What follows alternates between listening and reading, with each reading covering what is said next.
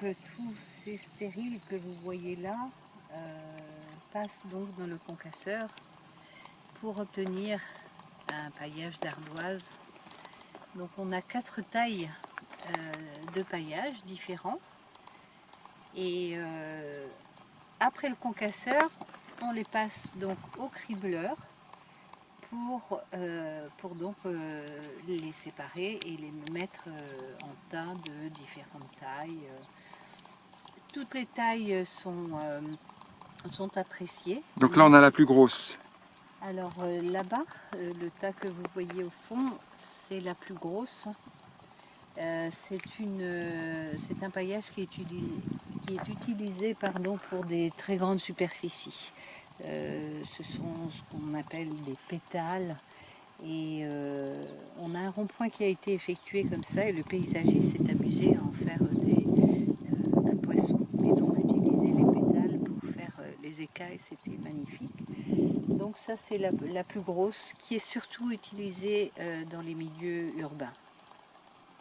Ensuite donc là vous arrivez à une période où on est un petit peu, on n'a plus tellement de stock, on va renouveler notre stock juste la semaine prochaine. On va refaire une semaine de concassage. Donc là vous avez l'ardoise moyenne qui plaît énormément aussi, qui est un petit peu plus petite, qui couvre très bien. Et ensuite on passe à donc des formats plus petits que les gens apprécient également parce qu'ils sont peut-être un petit peu plus faciles à manipuler, mais toutes les qualités du paillage sont les mêmes évidemment et les fonctions sont les mêmes, peu importe également la granulométrie. Voilà. Donc on peut peut-être s'approcher et je vais vous montrer de plus près les tailles, les granulométries. Allons-y. Alors ici, donc ça c'est ce qu'on appelle la 40-70. C'est un paillage que l'on apprécie beaucoup.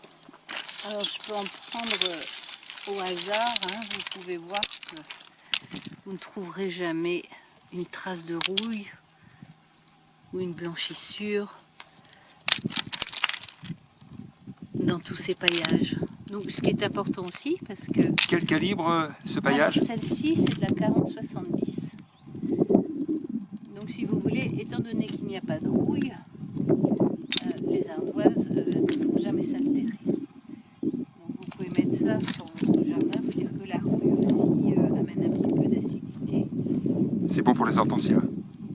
Alors les hortensias, oui, beaucoup utilisent un petit peu de poudre ou de sable et mélangent ça à la terre là où ils plantent les hortensias. Et donc ça a la particularité de donner une couleur bleue aux fleurs d'hortensia.